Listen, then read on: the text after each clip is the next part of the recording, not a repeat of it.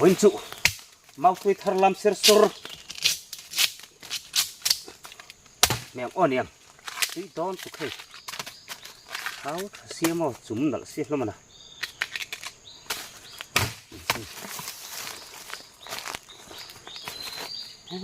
tí đón tụ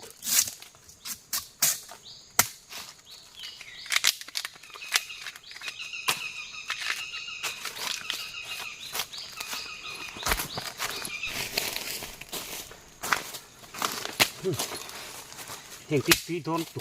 sor sor na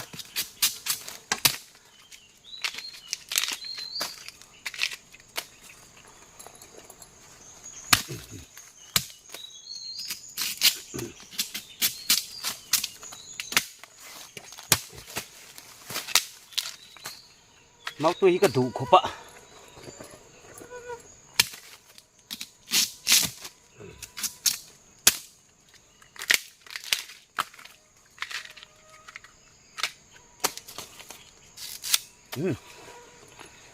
ít khúc chung thì đâu để thôi mấy à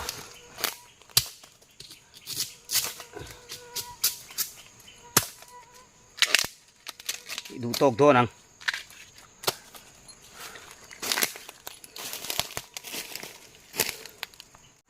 ê cái lỗ là tầm mình về bật đi bật đi sồn ê sồn phong à về lại đi cái lỗ là mình chùm này là hang thầm đầu lo in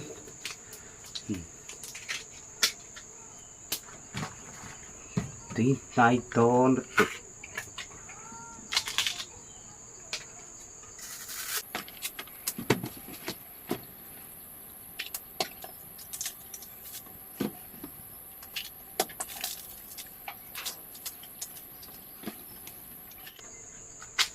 vắt súng thật lắm đúng cái máu tươi lắm chứ camera khác cả là mấy mẹ nè cái mà cái thằng tiêu đủ xia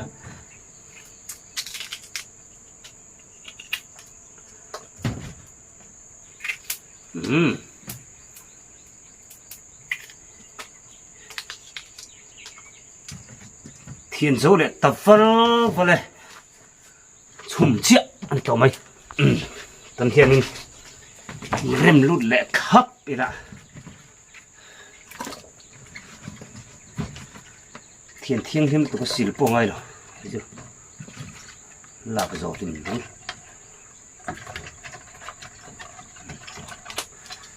đi nó khát mấy đòn thật ta xuống cây đó là cái thổ sân à là cái nào lồng min sôi nắp mèng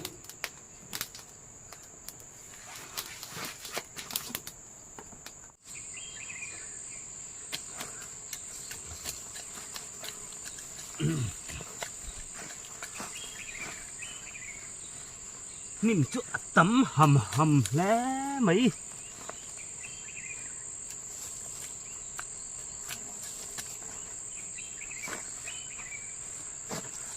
nim lo tấm này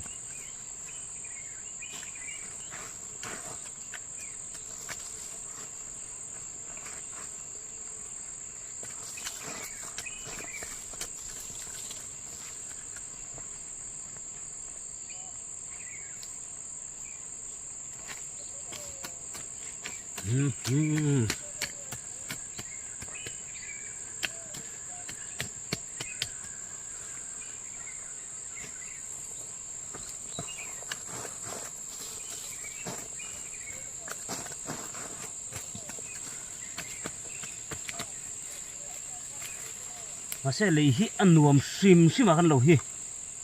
lâu khó sống chú đi lâu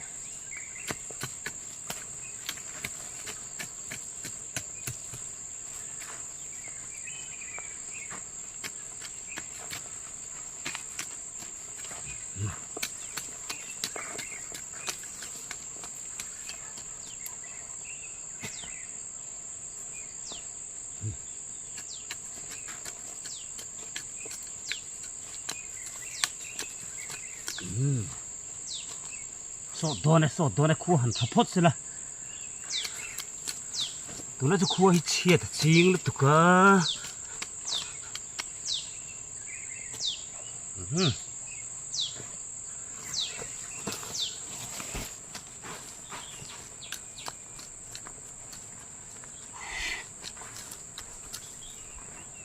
lume.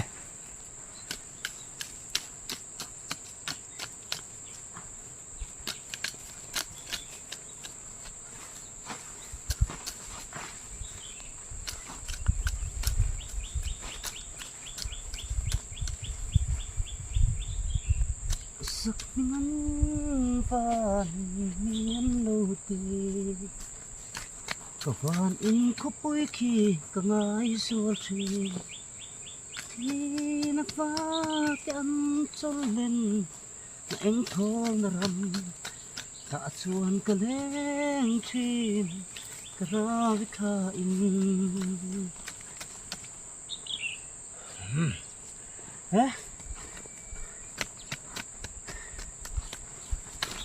lấy chỗ vẫn nộp em với chỗ nên hiện tấm dấu mấy mày ạ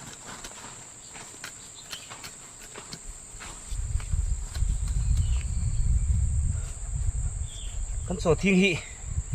lính cái này mày ạ chặt cho chặt rượu đôn khúc mày giọt cái em ạ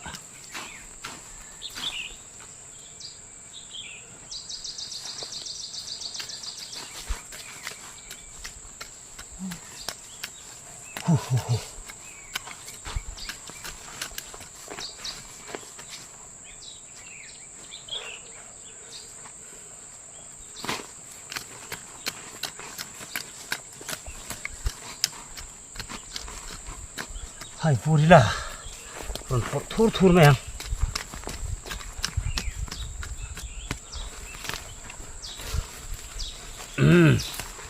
thế nó thua lắm, bông chút cái tí không được rồi, hari lúc đồ nín cả xíu, mà nín không có ta hari mà, thu về là tự tuổi vậy,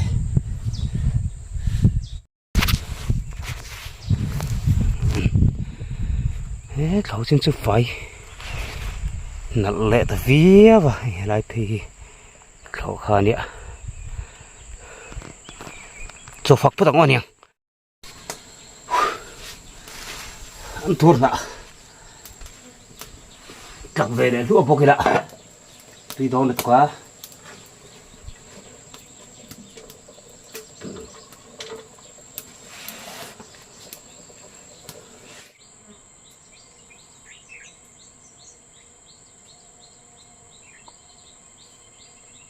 cho pha cái lẩu hun lẹ ta ấy lẹ nuôi mẹ con yang hay vẫn chưa thì làm cái làm tiền làm tuang kharin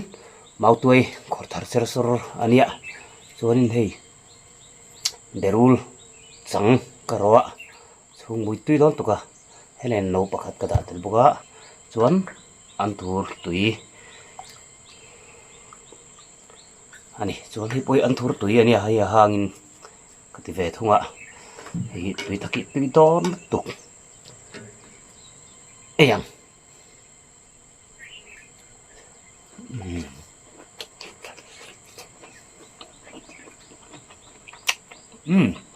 tươi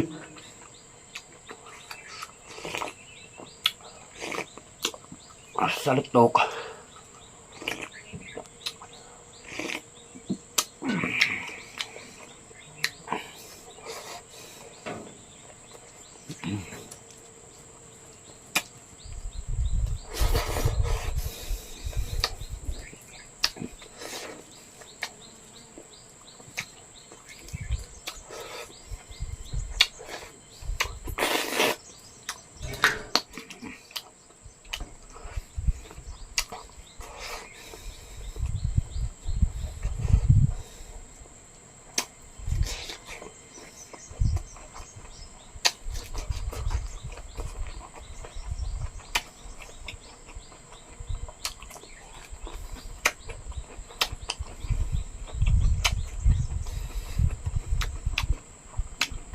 이게 장아니야.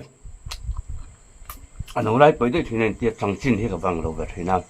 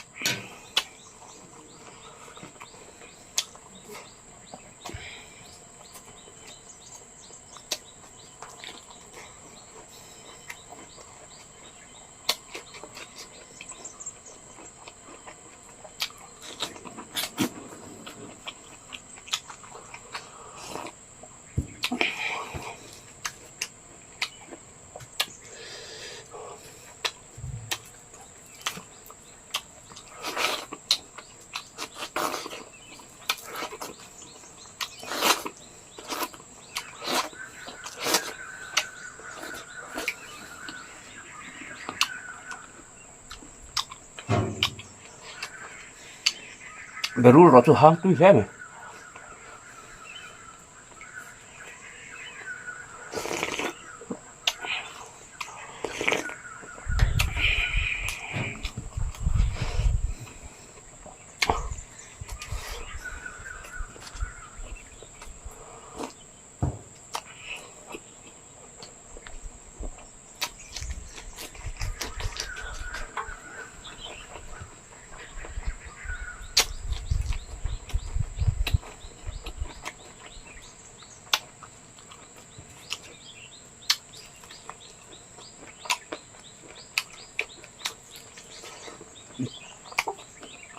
Hang tiếp tục.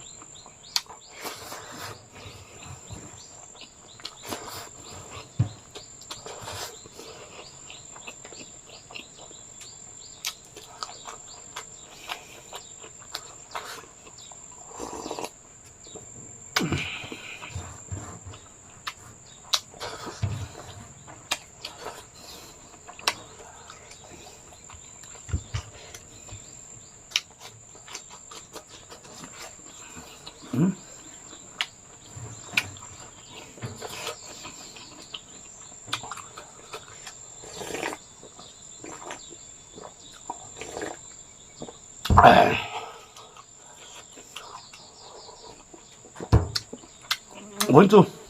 cho anh chọn hết đầy đồ khách. Anh bỏ đi xây dựng tóc bất mèng, bùa khóc mày. Ấy tuy, bây giờ mình đang còn sẽ các lốm lứt tục. Comment là môi thì là chỉ ăn nồm tập rất. Giờ vá anh buồn nuông, rồi tuy mình nuông lại rất rồi.